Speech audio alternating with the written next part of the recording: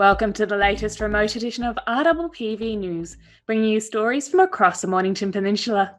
I'm Catie Sharp, and our top items for this edition are an update on the COVID-19 pandemic, plans for affordable housing on the peninsula, debate continues over a Mount Eliza aged care facility in the Green Wedge, AGL asks for a fast tracking of its gas pipeline plan, Deborah Moe looks at the future of Sorrento's Continental Hotel, Summer's Camp is still caring for families even in lockdown, and Health Minister Greg Hunt praises Barta for supporting our frontline heroes.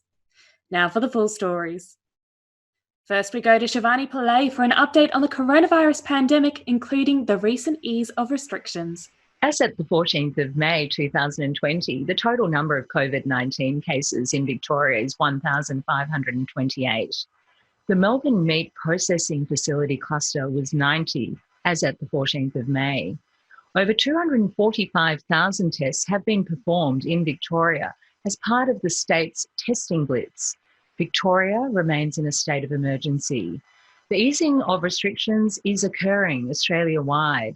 In Victoria, from 11:59 p.m. on Tuesday the 12th of May, new rules apply. There are only 5 reasons to leave your home: food and supplies, medical care and caregiving, exercise, work or education, and visiting family and friends if necessary. Outdoor gatherings and recreational activities are permitted for up to 10 people. Indoor gatherings are permitted, with 5 visitors able to visit the normal residents of a household. But the requirements of physical distancing remain. For weddings, 10 guests are allowed, plus the couple and the celebrant.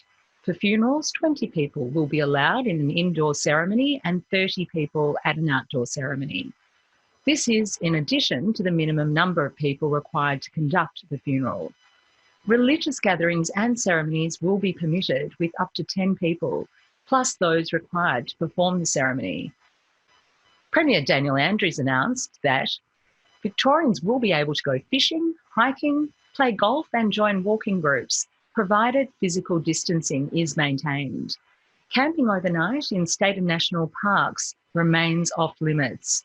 Cafes and restaurants are still limited to takeaway orders, the Premier stating, "I think the feedback from many businesses is that at just 10 patrons, it's really hard to be viable." Retail therapy is only for essentials. AFL clubs can train, subject to the 10 people limit. Community sports clubs could start training again if they adhere to the 10-person rule, and common sense public measures are put in place. But the Premier made it clear there would not be a return to competitions or large community events this month. In relation to schools, all state school students will be back in the classroom by June 9th, with the transition from remote learning to face-to-face classes beginning on May 26th, with students from prep to grade 2 and years 11 and 12 returning first. The remaining year levels will return to school on June 9th. The message remains the same. If you can stay at home, you must stay at home, and this applies to people who work from home. The Mornington Peninsula is the state's region most at risk from the coronavirus outbreak, according to an alarming new study released at the same time as Victorian Premier Daniel Andrews announced a cautious plan for easing lockdown restrictions on the 11th of May. A large portion of the Mornington Peninsula is identified as a red zone, with 6 of the most vulnerable postcodes in Victoria and a further 6 in the top 20 at-risk communities. The COVID-19 Susceptibility Index gives a suburb a score between 1 and 100 and rates each area higher according to how vulnerable residents are to the virus, taking into account age, cancer, diabetes, cardiovascular disease, obesity and lung disease. Capel Sound ranked one of the riskiest places in Australia during the coronavirus pandemic. Capel Sound has a risk rating of 98.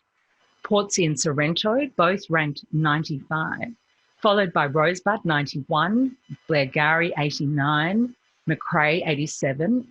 Also in the top 20 at-risk postcodes were Rye 76, Stromana 74, Flinders 72, Somers 71, Balnarring 70, Shoreham 69 and Mornington 68.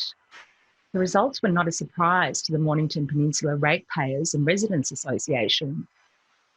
President John Cain noted that the Mornington Peninsula had stayed in the top 5 for a long time, and the region was home to pockets of poverty and also had a large population of elderly residents. Mornington Peninsula Mayor Sam Hearn was not surprised either and said that the council had recognised the threat early and soon closed community centres, beaches and parks. Councillor Hearn said a silver lining in the coronavirus cloud could be the region finally getting the support it deserved, and said that the Rosebud Hospital is a good example of that. Help is being provided for domestic violence services. The Help is Here campaign is part of a $150 million federal government package helping support services ensure that those experiencing domestic violence and sexual violence know where to get help during the coronavirus pandemic. Our homes are a sanctuary to most, but tragically, in some cases, a home is not safe for them or their children, Health Minister Greg Hunt said. Trained counsellors are available via online chat or phone on 1-800-RESPECT and the Men's Line. Calls are free, confidential and available at all times.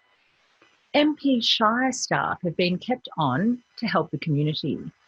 Mornington Peninsula Shire staff have been spared the full impact of redundancy caused by the COVID-19 pandemic. Corporate Services Director Mark Brady said none of the Shire's 1,200 staff had been affected and there had been, quote, no formal stand-downs. The Mayor, Councillor Sam Hearn, said he lamented that, quote, one of the big gaps in local government was that it could not take advantage of the federal JobKeeper program or any state government financial packages, but noted that our staff are mostly local people and keeping them on is beneficial to our community. Not as fortunate are the 300 employees from the Peninsula Aquatic Recreation Centre who were stood down in March and do not qualify for the government's JobKeeper allowance. Despite pleas from local councillors, no resolution is in sight. 70 council community information stands have been distributed across the peninsula. Located at shopping centres, Bunnings stores and some chemists, the stands contain flyers about support services such as care packages and news to help those in the community who are not connected online. The information will be regularly updated. And in sporty COVID-19 news, as restrictions ease, locals are queuing to tee up. Mount Martha Public Golf Course is booked out as coronavirus restrictions ease and players are allowed back. There are restrictions which include one person per cart, the club room, bunker room and bar are closed, no raking and no touching flagpoles, even for that selfie when you hit the hole in one. That's the COVID update. I'm Shivani Pillay. Back to you, Catie. Thank you, Shivani. The Mornington Peninsula Shire has announced plans to support affordable housing for low-income earners in a small-scale village-style clusters away from the foreshore. Low-cost housing is a key focus of the Shire's AAA housing plan of 2020 to 2030.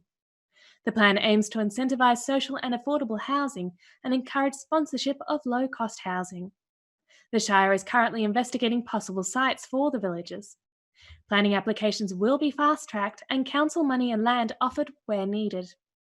Mayor Sam Hearn told MP News ensuring everyone in the community has somewhere safe to live is a goal that is close to my heart.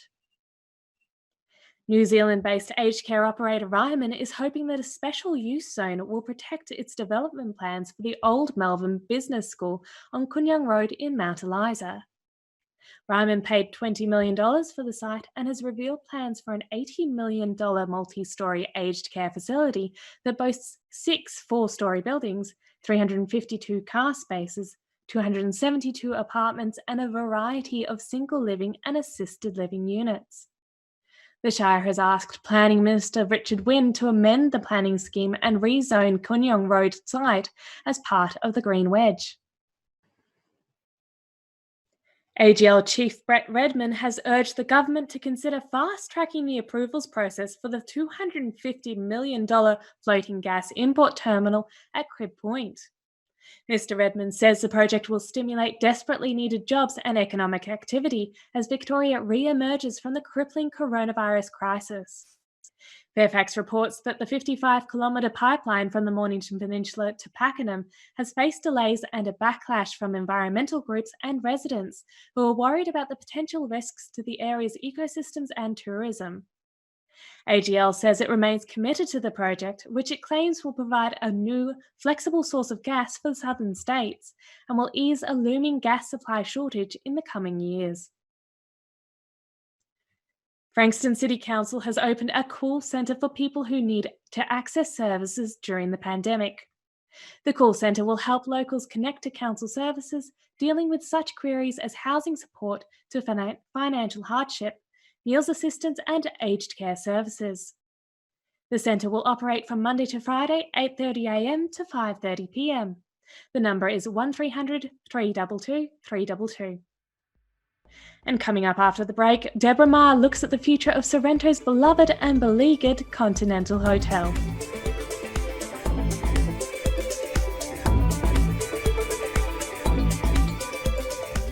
The impact of COVID-19 on our economy and on global markets continues to take form, with the worst of the health risks apparently behind us locally.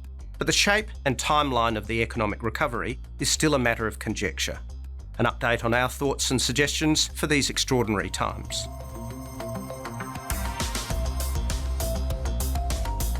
In normal conditions, we would have had the May federal budget this week. However, there's little point in budget forecasting for the forward estimates in a global pandemic. So it's been deferred to October. And similarly, despite a wide range of economic forecasts in the public domain, a more realistic approach to consider is a range of scenarios and to be prepared for this range of outcomes.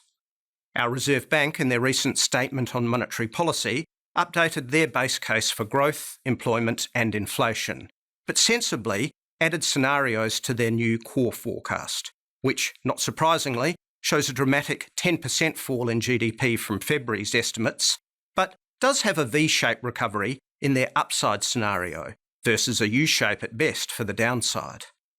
There are so many unpredictable factors that will feed into the ultimate outcome, but it's important to consider that not all the surprises will be downside ones. Certainly, the effectiveness of the decisive COVID-19 policy response here in New Zealand and in many parts of Asia is a very pleasing surprise. And so, the reopening of our economy is happening sooner and with less risk of a second wave of infections, a stark contrast with parts of Europe and North America. But the virus and the necessary containment measures have had a profound impact on employment, and we'll see a very sharp rise in the unemployment rate later today, perhaps to 8% on the way to 10%. Again, the RBA base case, in pink, shows a gradual recovery next year, and the upside scenarios have a faster return to near 5%. But these forecasts will offer little comfort to those already impacted. The downside scenarios are hard to ignore when you consider how long it will take until international tourism returns, the risks of a reignition of trade wars, the unknown impacts of the virus on global supply chains, and, for property prices, the extent of falls for residential and commercial property. Consumer demand and preferences are likely to be fundamentally different, but that may create, for example, a surge in demand for regional property. So, the post-COVID economy may demand rapid adaptation for businesses. Meanwhile, stock markets have continued their recovery from the late March lows, and in the case of the US Nasdaq index, are only around 10% below the February the 20th highs. So, this underscores the wide range of estimates of valuations for businesses and how they may be impacted in the medium term by COVID-19. Having technology and innovation on your side will be so important for businesses in the recovery period, as will adapting to new consumer choices. And lastly, the poor economic data will be capturing the headlines for a while, but it will be lagging the health recovery and the economic recovery, whose shape is nigh on impossible to predict, but the key may not be how far the tide goes out in this severe economic contraction, but how long it stays out for. which, who knows, may pleasantly surprise us. And that's the market update from Bendigo Bank.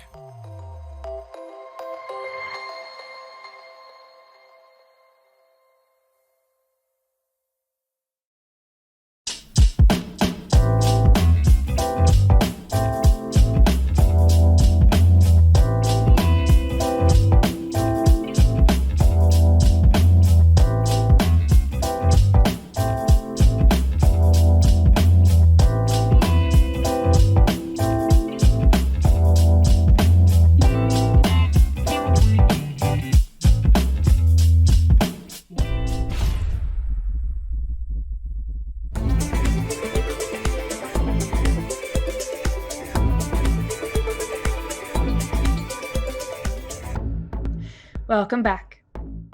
The future of Sorrento's Continental Hotel hangs in the balance, with another joint business venture collapsing under the weight of financial difficulties between business partners and property developers.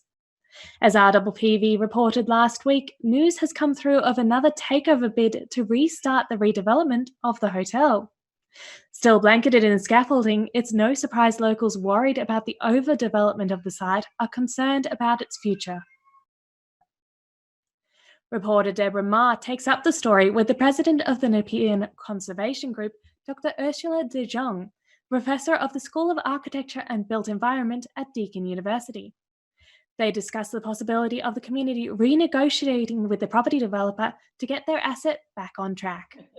Nice to talk to you again, Dr. de Jong, after so many years. I think we spoke about 2017 when it was known that the Continental Hotel in Sorrento was going through undergoing a major renovation and redevelopment.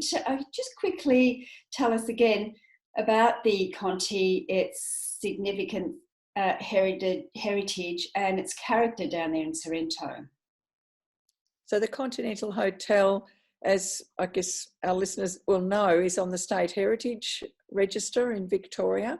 So it is both of state significance and, of course, of local significance. So it's on the state register because it's a limestone building. It's a 4-storey limestone building. And as far as we understand, the only 4-storey limestone building in Australia. But it's significant because of the way it was built from local materials, the style of the hotel, but much more so in terms of its social significance to the place itself. So it becomes a landmark point and the entry into Sorrento itself. It was the place that people gathered in the 19th century at different stages through the 20th and just into the 21st century. So it's been the meeting place, I guess. And from a landmark point of view, it's visible from everywhere in Sorrento. Its tower, it greets us from the bay, it greets us from, I guess, pretty much 360 degrees. So from the ocean beach, we can see it as well. And it's kind of the pivotal point for the whole township of Sorrento. And that was the starting point of George Coppin, who actually... It was indeed. In 1875, and he was quite well known in the area then and in Melbourne as being part of the theatrical movement and building the Princess Theatre or the Athenaeum in town, correct. I believe. Yeah. And he brought a lot of these socialites down to Sorrento as the Conti was, as you said, the meeting point. Now, you're the president of the Nepean Conservation Group. Tell us a little bit about the work that you do down there to protect local buildings, such as the Conti. So the Nepean Conservation Group has a very broad remit. It looks after both the natural and cultural heritage of the Nepean Peninsula, which is the tip of the Mornington Peninsula, really. And we care for our natural systems, so we're in charge of many friends groups for bushland reserves, but we look at development, both residential and commercial down here, and argue very much that it should be appropriate to our place. And so the Continental Hotel, when it came up for sale in 2015 and then for redevelopment, the Conservation Group with the Historical Society and our other community groups was very much at the forefront of, reviewing, critiquing, inputting into what was happening on this site. It was very important because what we know, the Conti, it was going through a restoration, And then at the back, there was that development or redevelopment of the area behind it, which included, was it 7 stories? Yes, unfortunately. And it was, hotel rooms. There was going to be a spa, a wellness centre, restaurant. In a sense, the development catapulted itself and grew on itself. And it really is, I guess, a demonstration of greed, not just of this particular development, but the atmosphere of greed that was developing much more broadly. But we were very concerned, and I think the community generally, that the conservation of the Continental Hotel is critical. A lot of work needs to be done there, and obviously money's needed, not just to pay for the work, but then to make it a viable hotel. And the community is very much behind making it a viable hotel, and it becomes, again, the centre point of the township. But I think the development itself was just far too large, and we still think that. It is, as you said, 7 stories, so there's 2 stories underground, basement car parks, and the council sold the public car park to the developer without any input from the community whatsoever, and then proceeded to give a permit for this enormous development. Now, they did, to their credit, and that's the only thing I'll probably say to their credit, is they lowered the height of it, and then the developer went to VCAT, and VCAT upheld the original height. So you're quite right, that development is an L-shaped development which wraps itself around the entire Conti and really just overwhelms it. So what we've got at the moment with the collapse of, I think this is the 3rd time it's been sold now, which we'll come to in a moment, the community is left with the actual heritage building, which is totally exposed to the weather. It's not sealed, and it's got an 18.5 metre hole around 2 sides of it. And none of that's finished either. So the conservation group over the time, 2017 through till now, has been working very closely with the developer, with Heritage Victoria, and with the Shire. And our concern is enormously with keeping and protecting that building, making sure it survives until we do have, a developer that can take forward the conservation works that are needed. There were a number of extra permit applications put in following the VCAT decisions, and we have been critiquing those as well. And they referred to very much using the public space around the hotel, traffic, car parking, all those things. So none of those have been resolved at all. And I think at this stage, it's very difficult to know when work will start again, because we've got no signal as to when that will happen. All we know from newspapers is that Treenery Group have been the successful tenderer in the expression of interest process, and that came through at the end of April. Yes. We have not yet met with Treenery. The Conservation Group is certainly interested in doing that. As far as I understand, Heritage Victoria and the Shire haven't done so yet either, even though all of us, I guess, are interested in doing that. And our intent is very much to talk with them and, in a sense, give them a sense of what they have here. I mean, this is an incredible treasure. Are you aware of other work that Treenery Property Group have done? Do we know who these people are? I don't know a great deal about them, and as I said, it's only through Google research and just checking what projects they've got. There seem to be a number of housing developments, apartment developments in the sort of, I guess, the middle range around the city of Melbourne is where their work is. And the only indication we've had from, I guess, the administrators through Heritage Victoria is to say that this company at least is financially viable. That's all I know at this instant in time. In June last year, the Conservation Group organised a community meeting. We had over 500 people turn up, and their real concern is that we care for this building and everything that it means to us, you know, and that this limestone building is restored. And I mean, at the moment, we're just making sure we monitor it every week, every second week. We're making sure that it's actually sealed. So at the moment, I know the administrators and I presume the new developer will be asked to actually make sure the building is actually sealed as watertight, because we've had now, 3 major water events in the last 2 months. So we're really concerned that the fabric is protected. And just lastly, Ursula, is our local MP, our local state MP, Chris Brain, is he taking this on board? Because I know he attended your last meeting. What's he going to do about it? Is he going to help you? He has certainly committed to supporting us. So he was at the community meeting. We had a meeting with him following that. And then we've also had a meeting with the committee with him where we've raised this. And I think he's got a community meeting on Zoom tonight. And I've put the Conti on the top of that agenda as well. But he needed to understand, I guess, what this Continental Hotel actually means and what the issues are.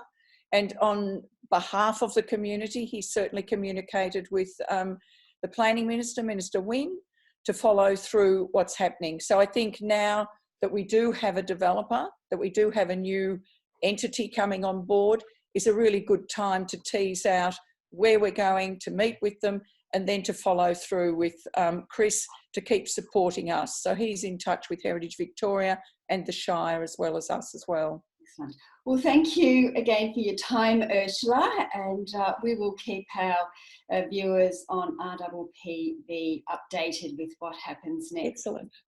I'm Deborah Moe reporting for RPPV News. Back to you, Catie.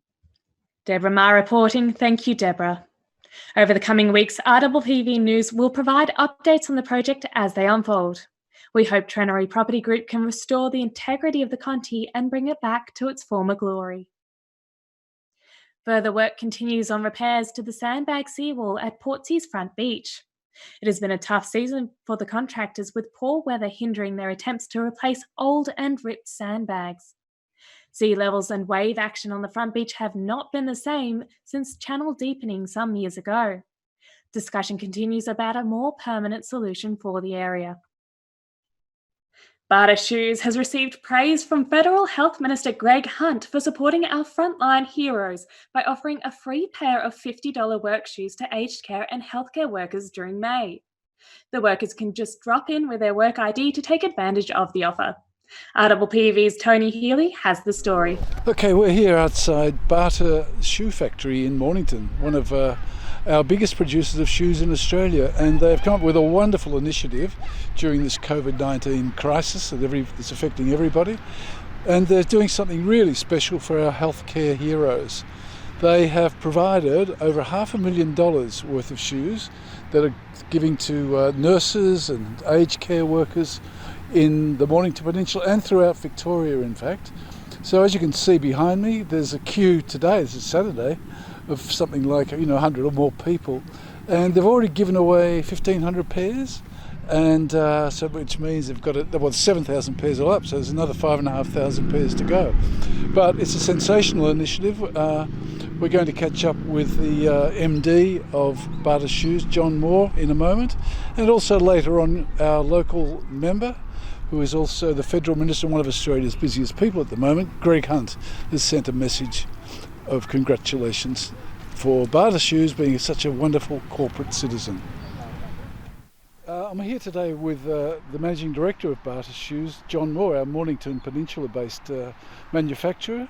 And John, this is a fantastic initiative. No, I know it's happening globally, but just for the Peninsula alone and Victoria, sensational idea. How did it all come about? Oh, look, Tony, Barta's always prided itself on being a family focused business. We have a lot of family employed here, and we always like to stand up when things are tough. I mean, I've never seen a pandemic like this before. No, you're right. I guess probably no one alive has. But we just thought we'd do our part and supply these people here that are on the front line, looking after and caring for us all. It's not a huge deal. It is a huge deal. That's what I think. It's $500,000 worth of shoes. Well, it is. But 7,000 pairs. That's a huge deal. It is. Look, but these people are putting their lives on the line for us. They are indeed. So I think it's just a great gesture that we're able to do this, and it really supports the international company's ethos. Yes. That we must look after our communities all over the globe. We've given away more than 1 million pairs of shoes. Amazing. Yeah. And we continue to support as much as we can. This will continue till to the end of May. And I mean, as you can see, people are willing to wait 2.5 hours to get their shoes. And you've given away, I think I read somewhere, 1,500 pairs already. Probably about 2,100 pairs now. 2,100, fantastic. Yes, and we can do about 300 a day. Because of the social distancing. Yes, we can only allow 5 in the store. Yeah. It's great. Well, you certainly be congratulated, you particularly, and also Barta, for this initiative. And we got a message from Greg Hunt, which we'll probably see in a moment.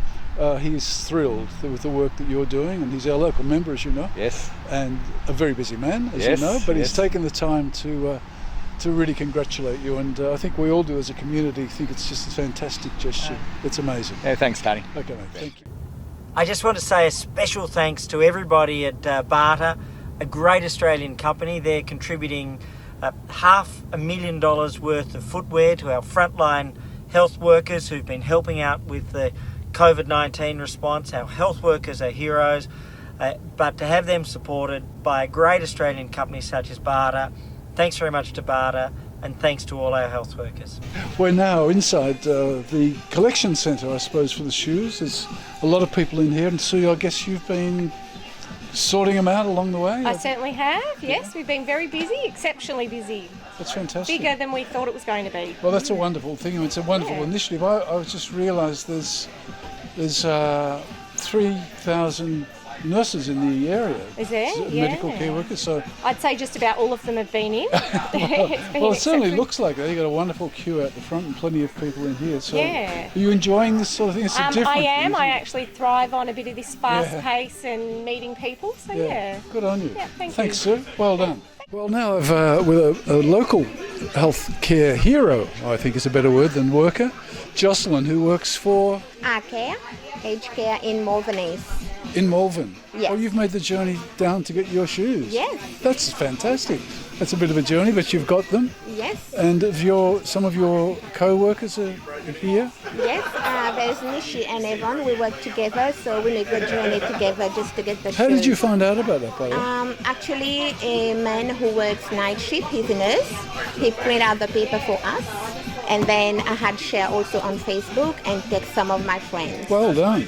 And as I understand, these shoes are specifically, in your case, for nurses. They're not just regular shoes, they're working shoes, yeah? Yes, and they're quite comfy as well. I have tried a few of them, and it's quite good. Especially in our job, we walk a lot, we stand up a lot, so it's a lot of comfort. Well done, Jocelyn. Good luck. And thank you so much, Bata, as well, for looking after us. Yes, appreciate it. Thank you. Cheers.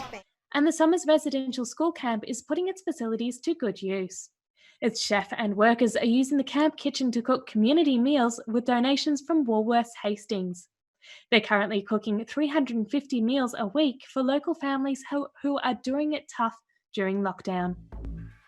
And now we go to the weather with Lisa. Lisa Lenoble bringing you the remote Mornington Peninsula 6-day forecast this Thursday, the 14th of May. Let's take a look at the weather for this week. Thursday, today we'll see a minimum of 8 and a maximum of 14. Partly cloudy, slight chance of a shower, light winds. Friday we'll have a minimum of 7 and a maximum of 15. Partly cloudy, light winds. Saturday, a minimum of 7, a maximum of 17, nice and sunny. Winds will be northerly 15 to 25 k's, turning northwesterly 20 to 30 k's during the afternoon. On Sunday, we'll have a minimum of 9 and a maximum of 15. Partly cloudy, medium chance of a shower. Winds will be northwesterly 20 to 30 k's, turning west to southwesterly 15 to 20 k's during the day. On Monday, we will see a minimum of 7 and a maximum of 16. Partly cloudy, light winds becoming easterly 15 to 25 k's later in the day. On Tuesday, we'll have a minimum of 9 and a maximum of 17. Partly cloudy, slight chance of a shower. Winds will be northeasterly 15 to 25 k's, turning northerly 25 to 40 k's during the morning. That's it from me For this week's weather, we've got some good news from the government. I'm sure lots of happy children and lots of happy parents. Schools will be returning with staggered starts. Preps to grade 2 will be returning on May 26th, followed by grade 3 to 6 on the 9th of June. So well done to all the parents. 2 more weeks to go. 2 more weeks, kiddies, till you get to play in the playground with all your friends again. Thanks so much for watching. I'm Lisa Lenoble. We'll see you next week.